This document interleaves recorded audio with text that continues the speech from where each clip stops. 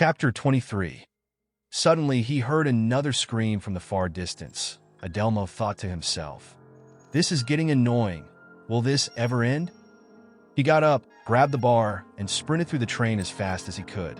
He didn't realize how many cars he had to make his way through before finding it. He finally found the car after running through 5 of them, and noticed there were 4 zombies this time. He wondered, will this bar be enough? He noticed there were 2 standing upright in the center of the aisle, and thought, if I throw this bar just right, I could kill 2 at once. Well, let's give it a try. He raised the bar over his shoulder and threw it once again like a javelin, plunging it into the skull of the first one, making it through to the other side. The blood splattered as it exited the head, barely nicking the second one.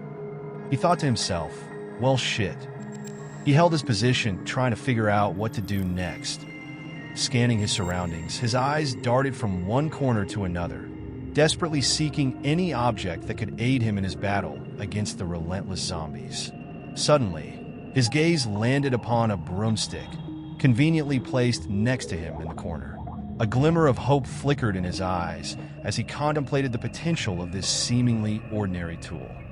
With a wry smile, he muttered to himself, well, I suppose this humble broomstick is better than facing them empty-handed. He grabbed it as it got close enough to hit. Adelmo took a swing at his head. He connected with the head so hard the stick broke, it snapped the neck, ripping the tendons and ligaments in the neck, severing the head, blood gushing from the body. The head flew off and slammed into the wall of the train. Blood splattered on anyone that was nearby. Adelmo grabbed both ends of the stick and completed the break and grabbed hold of each end in both hands. He ran to the closest one and jumped onto the zombie, jabbing the sticks into the skull. Blood poured onto the ground. He stood up and noticed the bar was within range of him. He reached for it and lifted it over his head, swung hard, landing the bar on the back of the zombie's head while it was feasting on a passenger. The head slammed downward, bashed the back of the skull, dropping it to the ground.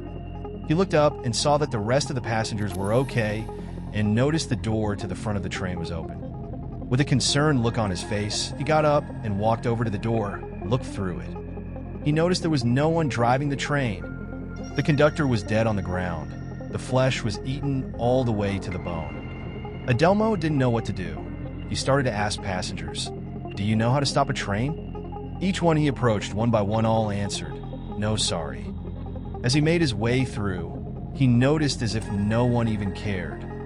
What the hell is wrong with everyone, he thought. He went back into the control room, looking to see if he could figure out which lever controlled the speed and brakes. He saw that they were approaching their destination, trying to figure out what to do.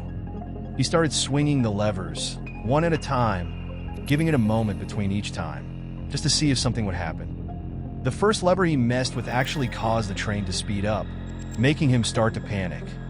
Frantically, he flipped the lever the other direction, hoping it would slow it down. It had a feel as if the power was no longer there, but was coasting. The next lever he swung, he had hoped would be. Third time is the charm. It slammed on the brake, causing everyone who was standing to lose their footing and fall to the ground. They suddenly came to a stop at their destination. He was relieved to have made it to his destination in Frankfurt safely.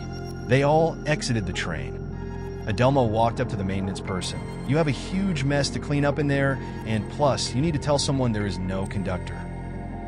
Then he walked off, turning around as he reached the exit of the train station. He watched the maintenance person exit the train quickly to call for the police.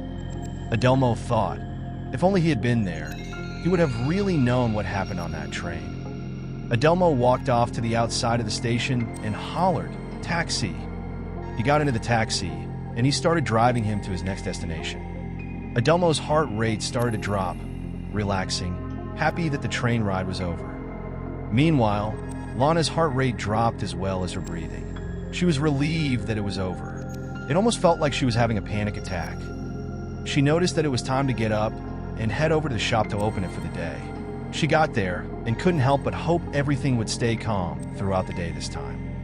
While Adelmo chose his destination of St. Leon Hardskirch, he saw in the brochure that it was built in the year 1219.